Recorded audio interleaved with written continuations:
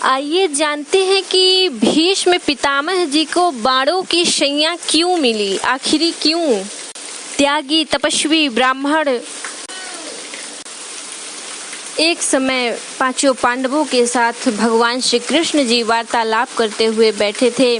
तभी भीष्म पितामह जी अपने दर्द को असहनीय करते हुए भगवान श्री कृष्ण जी का स्मरण कर रहे थे। तो भगवान श्री कृष्ण जी वार्तालाप करते करते अचानक चुप हो गए। भगवान श्री कृष्ण जी ने उसी वक्त मौन के स्थान पर आ गए और ध्यान की अवस्था पर आ गए। भगवान श्री कृष्ण जी, युधिष्ठिर जी भी चुप हो गए। जब कुछ देर बाद भगवान श्री कृष्ण जी का आसन टूटा, तब युधिष्ठिर जी ने पूछे, भगवान आप किसका स्मरण कर रहे थे, किसका ध्यान कर रहे थे। तब भगवान श्री कृष्ण जी कहते हैं कि पितामह भीष्म जी मेरा स्मरण कर रहे थे। तब भगवान श्री कृष्ण पांचों पांडवों से कहते हैं कि चलिए हम आप सभी उनके पितामह भीष्म जी के दर्शन कराएं, वो मेरी प्रतीक्षा कर रहे हैं।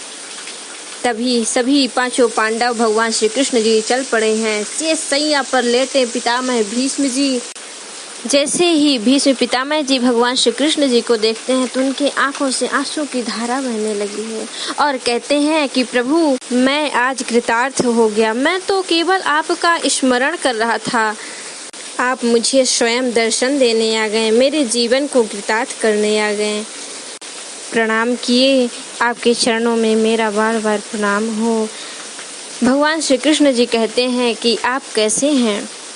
कहते हैं आपके दर्शन से जो मैं शेष शैया पर लेटा हूँ, इसका असहनीय दर्द सहते सहते आपका स्मरण कर रहा था प्रभु, परंतु मैं लेटे लेटे एक बात स्मरण कर रहा था कि मैं पूर्व वृत्तांत में 10 पूर्व बात मतलब कि मैंने ऐसा तो कोई काम नहीं किया, ऐसा कोई पाप नहीं किया कि मुझे आज शेष शैया पर लेटना पड़ रहा है।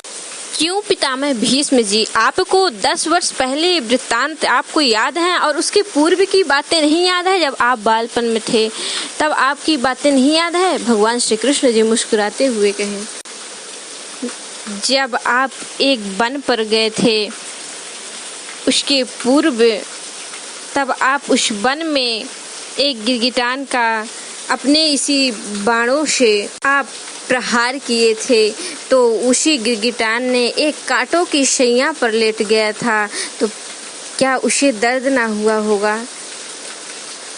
तो ये पाप आपको कभी स्मरण नहीं आया, याद नहीं आया, क्योंकि उसके बाद आप पूरा काम अच्छी तरह से कर रहे थे, सफलता की ओर चल रहे थे, इसीलिए आपको शायद ये कार्य याद नहीं आया, परंतु मैं याद दिला दिया। तो आप इस जन्म में जब हस्तिनापुर का रक्षण करने के लिए वचन लिया था, आपने हस्तिनापुर में बैठे हुए अधर्मी कुमति दुर्योधन का आपने संरक्षण ले लिया, उसका पूरा भार लेकर आप वो पहली गलती किए। और दूसरी गलती, आपके सामने द्रौपदी का जब चीर हरण वस्त्र हरण हो रहा था, आप अपने आंखों से देख रहे थे, फिर भी आपने कुछ नहीं कहा। द्रौपदी का वस्त्र हरण, उसे वहीं पर वैश्या कहना, दुर्योधन जैसे उसे अपशब्द बोलना, आओ मेरे जंघे पर इसे बिठा दो, ये क्या आप वहाँ पर नहीं थे। ये सब आपके इस जन्म के कर्मों के परिणाम ही है, आज आपको जो शेष शैया पर लेटाए हुए हैं।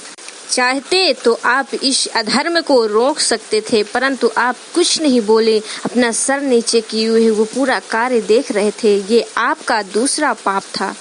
और तीसरा पाप, आप उस रणभूमि युद्ध क्षेत्र पर आप निहत्थे बालक अभिमन्यु को मरते देख फिर भी आप कुछ नहीं बोले। कितने सती, कितने निर्दयी से बेचारा वो मरा, उसे कोई बचाने नहीं आया, आप भी तो थे वहाँ, क्या आपको स्मरण नहीं। यही आप सब इन गलतियों के परिणाम आज आप भुगत रहे हैं। आपको वहाँ जाना चाहिए, उस अभिमन्यु को बचाना चाहिए, परंतु आप कुछ बोले तक भी नहीं, आवाज तक भी नहीं लगाएं। इस जन्म में आपके इन 3-4 अपराधों के कारण पूर्व जन्म के ये जो आप कर्म किए थे वो प्रफुल्लित हो गया और इसी कारण बस आज आप इन नुकीले शेष सैया पर लेटे हुए हैं।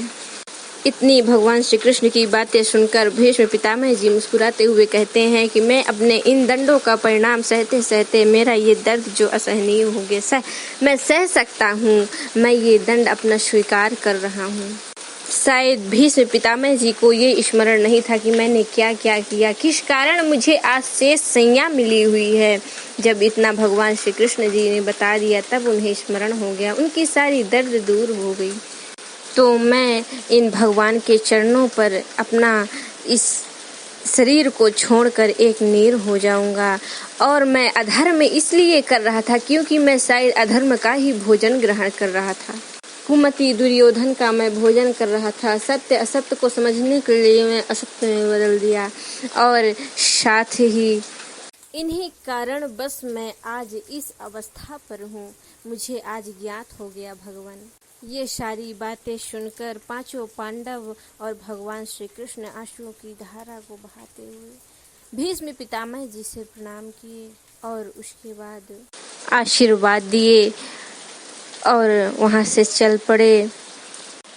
तो इस कथा से हमें ये ज्ञात होता है कि हम अपने बड़े भविष्य में चाहे कितना भी अच्छा कर्म करें, अगर पूर्व जन्म की अपूर्व अपने गलत कार्यों का अगर स्मरण ना रहे और अपने प्रेजेंट टाइम के इस भविष्य का अगर सोचें कि मैं क्या गलत काम की या किया तो मुझे आज ये दंड मिल रहा है। और पूर्व जन्म की बातों को भुलाते हुए, यस ठीक है आप पूर्व जन्म की बातें भूल भी गए, अगर प्रेजेंट टाइम पर भी गलती करते आ रहे हैं और शायद आपको स्मरण नहीं, तो वो भगवान श्री कृष्ण जी स्मरण दिला दिए। अगर आप शायद इस समय अगर बुरी स्थान पर फंसे हुए हैं तो शायद आपको वो बातें याद नहीं, परंतु जब आपको असहनीय दर्द होगा तब आपको शायद धीरे धीरे आपकी सारी बातें याद आने लगे।